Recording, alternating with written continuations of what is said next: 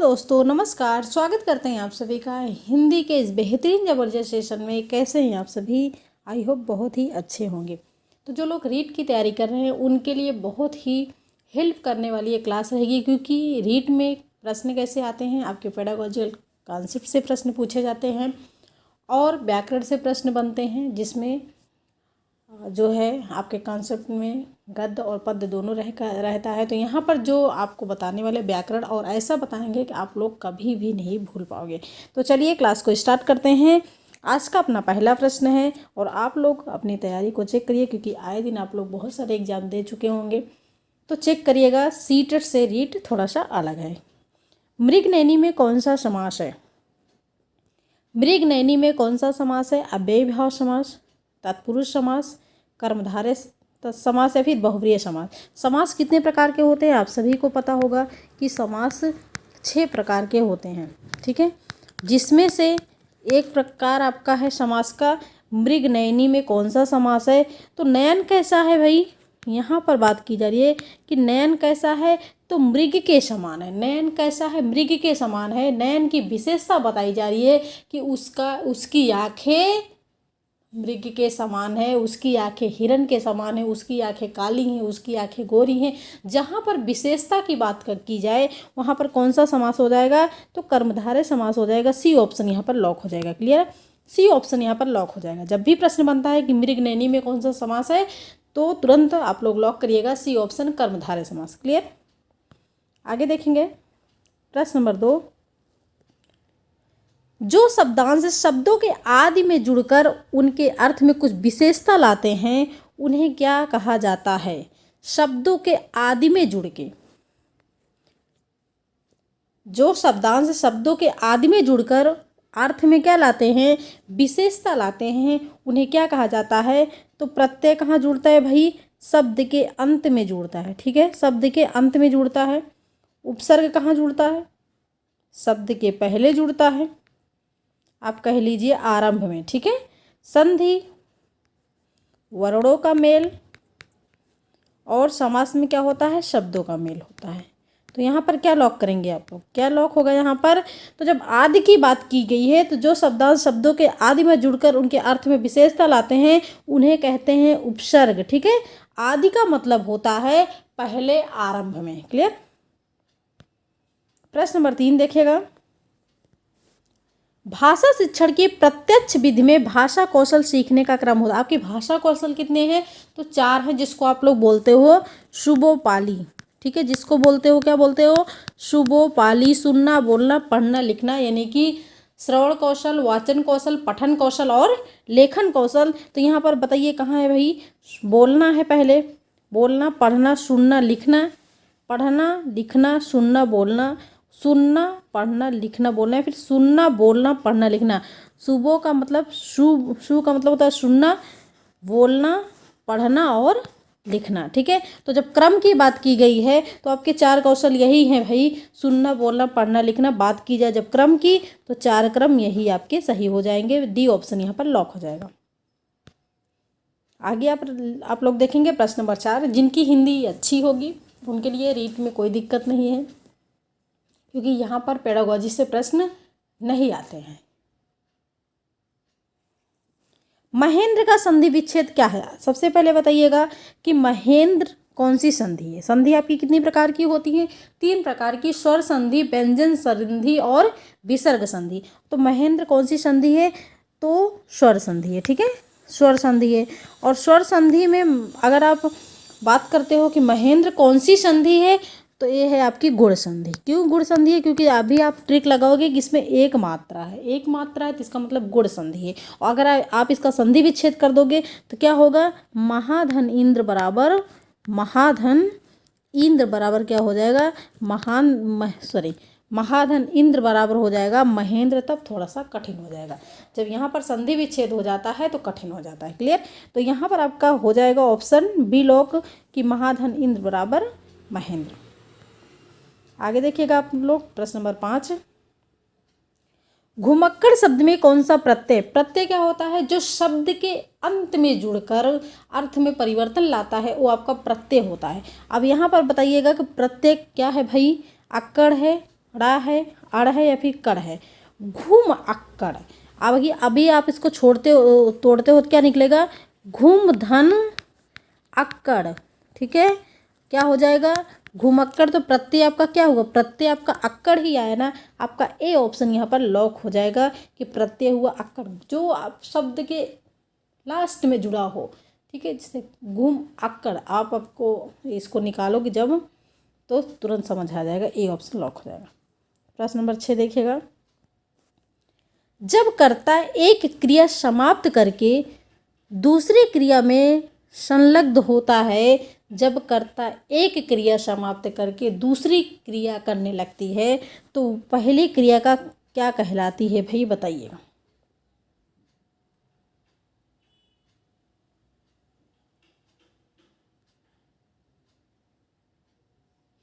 आप इसको ऐसे समझ सकते हो कि एक कार्य समाप्त हुआ और जस्ट तुरंत बाद दूसरा काम शुरू हो गया, तो उसको क्या कहते हैं? उसको कहते हैं पूर्वकालिक क्रिया। पूर्वकालिक क्रिया में आपको हमेशा मिलेगा, क्या मिलेगा? राम स्कूल से आया और खाने बैठ गया। एक क्रिया आपकी समाप्त होती है, राम स्कूल से आया और खाने बैठ गया, ये क्या हो गया? दूसरी क्रिया आपकी प्रारंभ हो गई। और बात की गई है जब कर्ता एक क्रिया समाप्त करे और दूसरी क्रिया में जुड़ जाए तो उसको कहते हैं पूर्वकालिक क्रिया। ठीक है, सी ऑप्शन यहाँ पर लॉक हो जाएगा। तो साथियों, आपको क्लास कैसी लग रही है? अच्छी लग रही है तो लाइक कर दीजिए और शेयर कर दीजिए अपने दोस्तों में, अपने साथियों में। अगर आप इस प्लेटफॉर्म पे नए हैं तो चैनल को सब्सक्राइब जरूर कर दीजिए, साथ ही बेल आइकन को प्रेस कर दीजिए जिससे डेली वीडियो का नोटिफिकेशन आप तक पहुँचे। प्रश्न नंबर 7 देखिएगा। दो शब्दों को जोड़ने के लिए प्रयुक्त विराम चिन्ह कहलाता है, क्या कहलाता है? अगर आप माता पिता, ठीक है, माता पिता और माता के पिता के बीच में क्या होता है भाई? योजक चिन्ह लगा होता है, जो छोटा सा डैश की तरह होता है, ये क्या है? योजक चिन्ह है। तो दो शब्द क्या है आपके? माता पिता हैं, और जोड़ने के लिए प्रयुक्त विराम चिन्ह क्या कहलाता है? तो इसको क्या बोलते हैं? इस चिन्ह को क्या बोलते हैं? जहाँ पर और का लोप होता है इसको बोलते हैं योजक चिन्ह। बी ऑप्शन यहाँ पर लॉक हो जाएगा। ठीक है, योजक चिन्ह बोलेंगे इसको। प्रश्न नंबर 8 देखिएगा। वाक्य के कितने अंग माने जाते हैं? वाक्य के कितने अंग माने जाते हैं?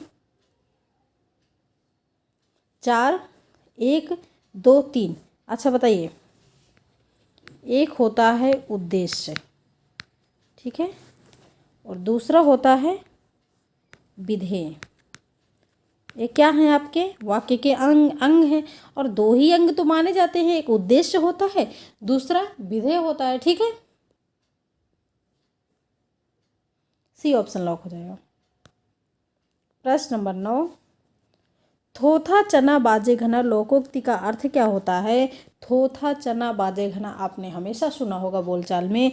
छोटा आदमी बड़े पद पर पहुंचकर इतराकर चलता है, या फिर मूर्ख को गुड़ की परख नहीं होती। सी ऑप्शन है गुणहीन व्यक्ति अधिक आडंबन करता है, या फिर डी ऑप्शन के सीधेपन से कोई कार्य नहीं होता है। इसका अर्थ क्या होता है? थोथा चना बाजे घना क्या अर्थ होता है इसका? तो यहाँ पर आपका सी ऑप्शन लॉक हो जाएगा। गुणहीन व्यक्ति जो तुच्छ व्यक्ति होता है, मूर्ख व्यक्ति होता है, वो अपनी बातों को क्या करता है? बढ़ा चढ़ाकर दूसरों के सामने प्रस्तुत करता है, बताता है, उसी को कहते हैं थोथा चना बाजे घना। क्लियर? सी ऑप्शन यहाँ पर लॉक हो जाएगा। आगे देखिएगा प्रश्न नंबर 10 को। संस्कार शब्द में किस उपसर्ग का प्रयोग हुआ है? उपसर्ग कहाँ लगता है? आपके शब्द के आदि में लगता है। आदि का मतलब पहले लगता है। तो जब बात की जाए संस्कार शब्द में किस उपसर्ग का प्रयोग हुआ है, तो संस्कार को आप तोड़ोगे तो क्या निकलेगा भाई? समधनकार बराबर क्या हो जाएगा? संस्कार हो जाएगा, है ना। तो यहाँ पर आपका उपसर्ग निकल गया सम। ए ऑप्शन लॉक हो जाएगा। प्रश्न नंबर 11। वह घर से बाहर गया। इस वाक्य में से कौन सा कारक प्रयुक्त होता है? से आपका दो कारक चिन्हों में प्रयुक्त होता है।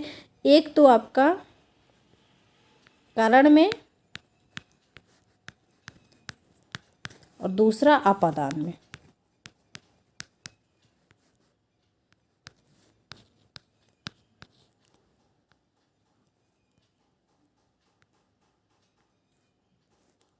ठीक है। लेकिन अपादान में अलगाव के लिए यानी कि अलग होने के लिए प्रयुक्त होता है।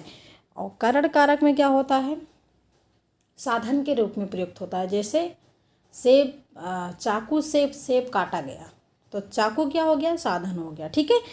तो यहाँ पर बात की जा रही वह घर से बाहर गया, इस वाक्य में कौन सा कारक है, तो इसका मतलब घर था भाई, घर से वो बाहर निकला तो घर से अलग हुआ। जब अलगाव की बात की जाएगी तो से यहाँ पर अपादान कारक के रूप में प्रयुक्त होगा। डी ऑप्शन लॉक हो जाएगा, ठीक है। अपादान के साथ आपको करण कारक हमेशा दिखाई देगा, लेकिन थोड़ा सा ध्यान दीजिएगा। प्रश्न नंबर 12, निम्नलिखित वाक्यों में से एक में सकर्मक क्रिया का प्रयोग हुआ है, बताइएगा भाई। अगर आप सभी को क्लास अच्छी लगेगी, आप लोग लाइक करोगे, शेयर करोगे, सब्सक्राइब करोगे, तो आगे कम से कम नहीं तो 100 प्रश्नों की यहाँ पर रहेगा लेवल। 100 प्रश्नों का 100 प्रश्न तो लेकर आएंगे, क्योंकि क्वेश्चन थोड़ा और छोटे होते हैं, तो प्रश्न यहाँ पर बड़ा ज़्यादा रहेगा। तो निम्नलिखित वाक्यों में से एक में सकर्मक क्रिया का प्रयोग, सकर्मक क्रिया का मतलब क्या होता है, सकर्मक, सकर्मक का मतलब होता है कर्म सहित, ठीक है, जिसमें क्या हो भाई, कर्म हो। और अकर्मक का मतलब क्या होता है,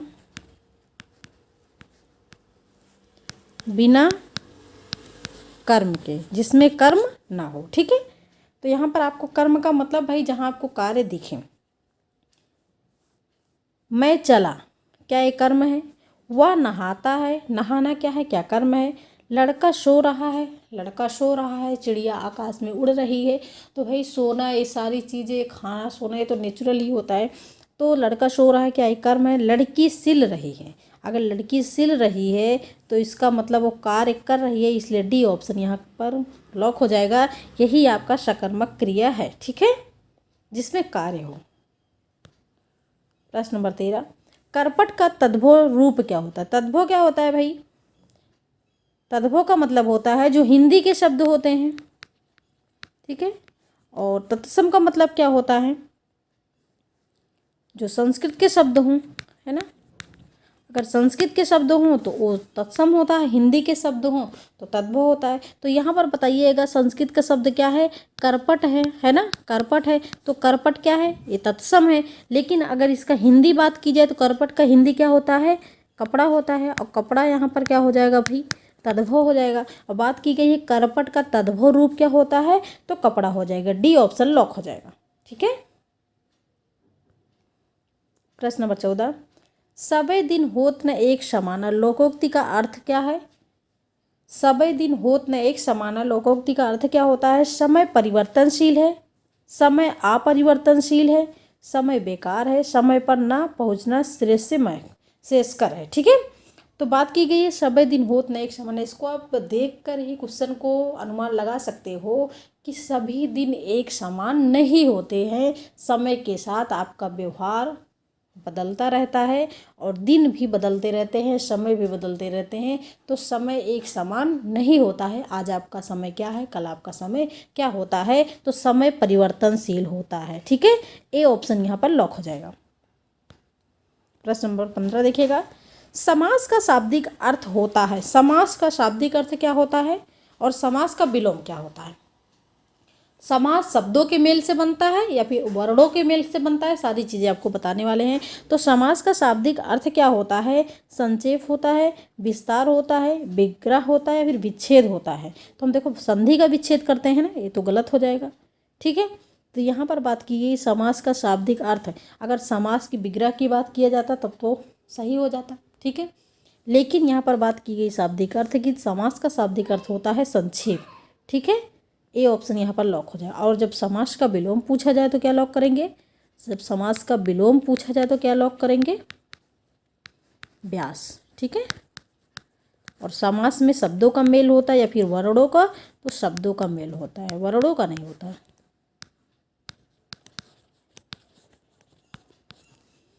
क्लियर, आगे देखेंगे प्रश्न नंबर 16 को। प्रश्न नंबर 16 है, दो अथवा दो या अधिक शब्दों से मिलकर बने हुए नए सार्थक शब्दों को क्या कहते हैं। जो शब्दों का मेल होता है तो क्या कहते हैं उसको, शब्दों का मेल क्या कहलाता है भाई, समास कहलाता है। आपका बी ऑप्शन लॉक हो जाएगा। प्रश्न नंबर 17, भाषा अर्जन से तात्पर्य है, भाषा अर्जन से क्या तात्पर्य है? भाषा अर्जन हम क्या करते हैं भाई, एक स्वाभाविक आप कह सकते हैं परिवेश में भाषा अर्जन कहते हैं, उसके लिए हमको कोई प्रयास नहीं करना पड़ता। तो भाषा अर्जन से तात्पर्य क्या होता है? किसी भी भाषा की लिपि की जानकारी, अगर हम जानकारी लेंगे तो उसके लिए सीखेंगे, यहाँ भी जानकारी इसलिए आपका गलत है। किसी भी भाषा के व्याकरण की समझ विकसित करेंगे परिवेश में। आप सभी को पता होगा कि जो भाषा अर्जन होता है वो परिवेश में रहकर अर्जित की जाती है, इसलिए सी ऑप्शन लॉक हो जाएगा। परिवेश में मौजूद किसी भाषा को सहजता से ग्रहण करने की क्षमता भाषा अर्जन कहलाती है। सी ऑप्शन लॉक हो जाएगा। प्रश्न नंबर 18। 2-4 प्रश्न तो ऐसे आपके पूछ लिए जाएंगे। निम्न में से क्या त्रिभाषा सूत्र के मुख्य उद्देश्य की पूर्ति करता है? त्रिभाषा सूत्र के विभिन्न भाषाओं की जानकारी देना, राष्ट्रीय एकता तथा बहुभाषिकता को बढ़ावा देना, विभिन्न भाषाओं की रिक्तियों को पूरा करना, या फिर उपरोक्त में से कोई भी नहीं। जब बात की जाए त्रिभाषा सूत्र की तो इसका मतलब है बहुभाषिकता को बढ़ावा देना। बी ऑप्शन यहाँ पर लॉक हो जाएगा। प्रश्न नंबर 19 देखेंगे। एक अध्यापिका संज्ञा समझाने के लिए पहले उदाहरण देती है, फिर उसकी परिभाषा बताती है, इसका मतलब नियम बताती है, या विधि क्या कहलाती है? जब पहले उदाहरण हो, पहले क्या हो? पहले उदाहरण उसके बाद नियम। ठीक है, तो यहाँ पर कौन सी विधि कहलाएगी भाई? तो क्या कहलाएगी? आगमनात्मक विधि, निगमनात्मक विधि, संप्रेषणात्मक विधि, प्रदर्शन विधि। तो आगमनात्मक विधि यानी कि आगमन विधि कहलाएगी। ए ऑप्शन लॉक हो जाएगा। निगमन विधि में पहले नियम। प्रश्न नंबर 20। अभ्युदय शब्द में कौन सी संधि है? अभ्युदय शब्द में कौन सी संधि है? ठीक है, अच्छा बात की जाए उपसर्ग की, अभ्युदय में उपसर्ग क्या है? तो अभी उपसर्ग होगा। ठीक है, और यहाँ पर है कि अभ्युदय शब्द में संधि कौन सी है? तो आपने पढ़ा है यड़ संधि को। अगर या, रा, ला, वा के पहले कोई आधा अक्षर, कोई कटा अक्षर लगा हो तो वहाँ पर कौन सी संधि हो जाएगी? तो यड़ संधि हो जाएगी। सी ऑप्शन लॉक हो जाएगा। ठीक है, यारा लावा के पहले अगर आपको कोई आधा अक्षर दिख जाए तो वहाँ पर हो जाएगा आपका यड़ संधि। ठीक है,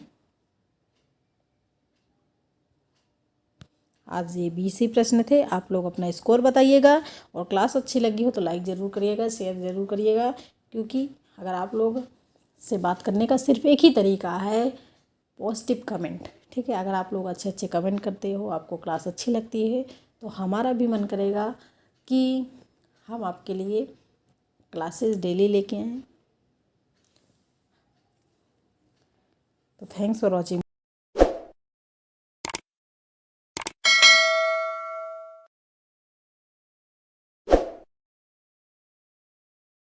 video. This is Sadhana Tyagi expert classes.